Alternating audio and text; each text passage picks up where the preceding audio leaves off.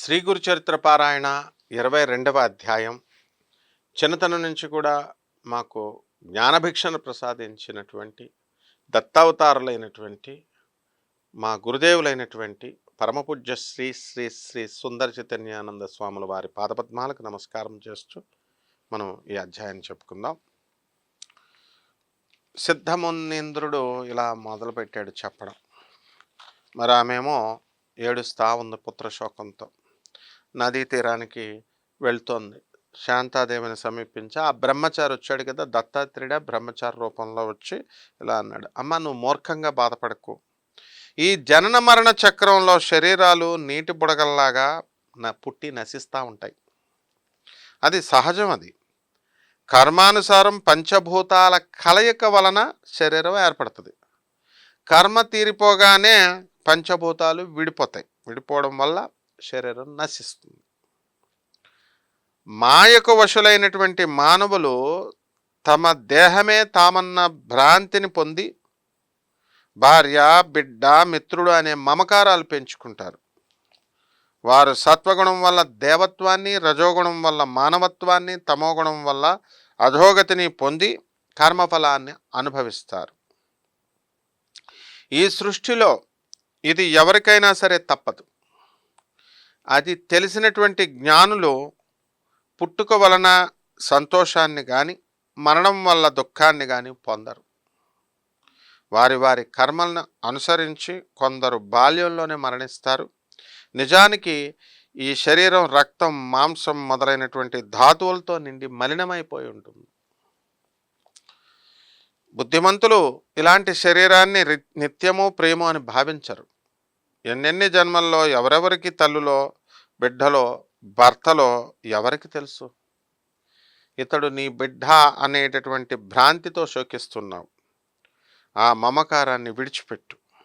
శాస్త్ర విధిని అనుసరించి అంత్యక్రియలకై వారికి శవాన్ని అప్పగించు అన్నారు. ఆ మాటలు విని శాంతాదేవి ఉంది, అయ్యా మీరు కరుణతో ఉపదేశించింది ధర్మమే, కానీ అది నా మనసులో కొంచెం కూడా నిలవడం లేదు. జనన మరణాలకు మూలం కర్మే అయితే భగవంతుని సేవ వలన నశిస్తుందని పెద్దలు ఎలా చెప్పారు? నాకు పూర్వకర్మ దోషముందని తెలిసే నేను స్వామిని సేవించాను.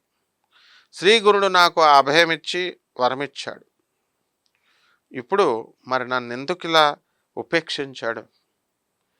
రోగులు వైద్యుడిచ్చేటటువంటి మందుతో జబ్బు తగ్గించుకుంటారు. పేదవారు శ్రీమంతులు ఇచ్చేటటువంటి ధనంతో కష్టాలు తొలగించుకుంటారు. అలాగే శ్రీగురుడు సేవించి ఆయన ఇచ్చినటువంటి అభయాన్ని నమ్ముకోవడమే నా మూర్ఖత్వమా? ఈయన బిడ్డ శతాయుష్మంతుడు అవుతాడు, 100 సంవత్సరాలు బతుకుతాడని చెప్పేసి ఆయన నాకు వరమిచ్చాడు.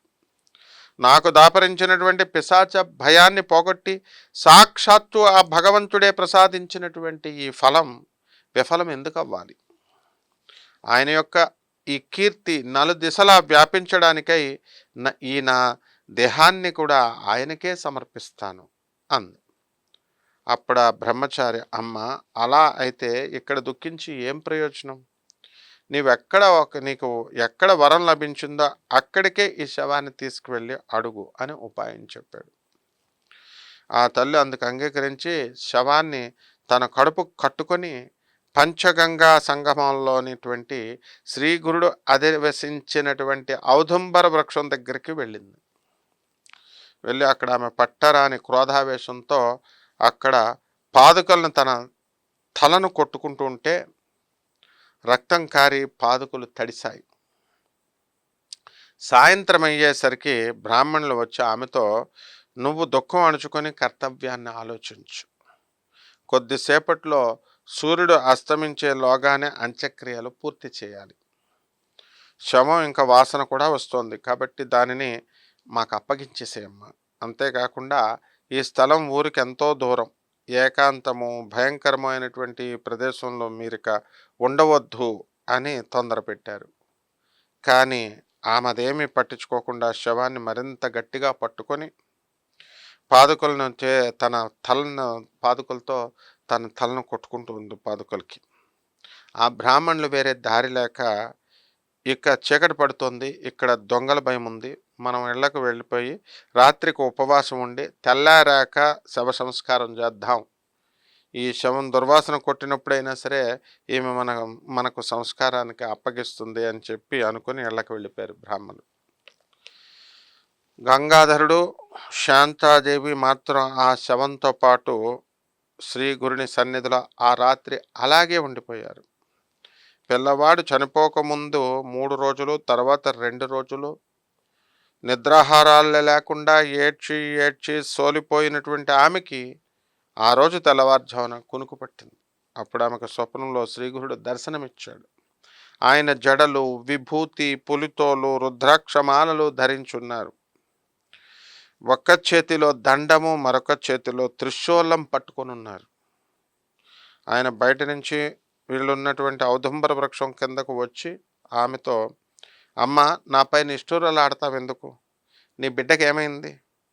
నేను ఇప్పుడే అతనికి వైద్యం చేస్తాను అని ఆ శవానికి విభూతి పూసి పిల్లవానికి ముక్కులోకి గాలి ఊది, ఈ యొక్క అమ్మ, నేను నీకేమపకారం చేశాను? ఇంకా ఉపకారమే చేశాను.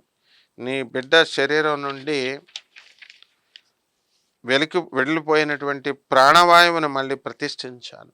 నా మీద కష్టపెట్టుకోవద్దు, ఇక దుఃఖించకు అని చెప్పి అదృశ్యమైపోయారు. శాంతాదేవి త్రుళ్ళిపడి నిద్ర లేచింది. కానీ ఇది నా పుత్ర వ్యామోహం వలన వచ్చినటువంటి కలే కానీ చనిపోయిన వాడు ఇంకా బతుకుతాడా? అసలు నా ప్రారంధం ఇలా ఉంటే శ్రీగురుడు ఏం చేస్తాడు అని అనుకుంది. ఇంతలో పక్కనున్నటువంటి శవం కదలసాగింది. కదులుతుంటే ఆమె తాకి చూస్తే వెచ్చగా ఉంది. శవం ఎప్పుడు చల్లగా ఉంటుంది కదా, ఈయనేమో కుర్రాడిది గంగాధరుడిది వేడిగా ఉంది. అంతలోనే ఆమెకు ఆ శరీరంలో ఏదైనా భూతం ప్రవేశించిందేమో అని భయమేసి దూరంగా వెళ్ళింది. కన్న కొడుక్కి కదిలితే ఇప్పుడు దాకా కదలమంది, ప్రాణం కావాలంది. ఇప్పుడు కదిలితే భూతం ఏమన్నా ఆవేశించిందేమో అని పక్కకి జరిగిపోయింది. కానీ ఆ పిల్లవాడు లేచి కూర్చొని, అమ్మ, ఆకలేస్తుంది, అన్నం పెట్టు అని ఏడుస్తూ ఆమె దగ్గరికి వచ్చాడు. ఆమెకప్పుడు అద్భుతంగా స్తన్యం వచ్చేసింది, పాలు కూడా వచ్చేసినాయి. ఆమె బిడ్డకు పాలనిచ్చి భర్తను నిద్రలేపి జరిగిందంతా కూడా వివరించింది. అప్పుడు ఆ దంపతులు భక్తితో ఆ ఔదంబర వృక్షానికి ప్రదక్షిణలు చేసి సాష్టాంగ నమస్కారాలు చేసి శ్రీ గురుని ఇలా స్తుతించారు. ఓ శ్రీ గురుమూర్తి, జయము జయము. సాక్షాత్తు త్రిమూర్తి స్వరూపులైనటువంటి మీరు భక్తులపై వాత్సల్యంతో మానవ రూపాన్ని ధరించారు. వారి హితాన్ని కోరి నిరంతరము మనుషుల్ని కనిపెట్టుకుంటూ కాపాడి తరించడానికే ఈ క్షేత్రంలో వెలిశారు. భక్తుల పాపాలను హరించేటటువంటి మీ మహిమను ఎవరు వర్ణించడం ఎవరి వల్ల కాదు. తల్లిలాగా మీరు మా తప్పులు క్షమించి కృప చూపిస్తూ మిమ్మల్ని శరణవేడుతున్నాము స్వామి అని చెప్పి తర్వాత వాళ్ళు ఆ పిల్లవానితో సహా వెళ్ళి సాగర సంగమం స్నానం చేసి ఆ నీటితో గురుపాదుకలను కడిగి శుభ్రం చేసి ఔదుంబర వృక్షాన్ని, పాదుకల్ని అభిషేకించి పూజించారు. ఇంతలో సూర్యోదయమైంది. శవదహనం కోసమని గ్రామం నుంచి వచ్చినటువంటి బ్రాహ్మలు ఆ బాలుడు బతికి ఉండడం చూసి ఆశ్చర్యపడి శ్రీ గురుమహిమను కొనియాడారు. ఆ దంపతుల ఆనందంతో బ్రాహ్మణులకు భోజనం పెట్టారు. తర్వాత ఆ పిల్లవాడు విద్యా వినయ సంపన్నుడై దీర్ఘాయువు భాగ్యవంతుడు అయ్యాడు. కాబట్టి నామధారక, ఈ క్షేత్ర మహిమను వర్ణించడం ఎవరి వల్ల కాదు. అక్కడ మేడు చెట్టు మూలంలో శ్రీగురుడు నిశ్చయంగా నిత్య నివాసం చేస్తున్నాడు. అక్కడ ఆయన్ను భక్తితో సేవించినటువంటి వారికి కోరినవన్నీ కూడా నెరవేరుతాయి, సందేహం లేదు. అందుకే అక్కడి మేడి చెట్టు సాక్షాత్తు కల్పవృక్షమే అని చెప్పన్నారు. శ్రీ దత్తాయ గురవే నమః. శ్రీ గురుదత్త, జయ గురుదత్త, శుభమస్తు. ఇంతకుముందు జరిగినటువంటివన్నీ కూడా మిస్ అయిపోయాం అనుకునేటటువంటి వాళ్ళు ప్లేలిస్ట్లోకి వెళ్ళి ఆంధ్రప్రభ ఛానల్స్లో మన గురుచరిత్ర పారాయణ చూసుకుంటే మిగతావన్నీ కూడా అన్ని చాప్టర్స్ చూడొచ్చు. అలాగే రోజుకొక వీడియో చొప్పున వస్తుంది, రోజుకొక అధ్యాయం చూడండి.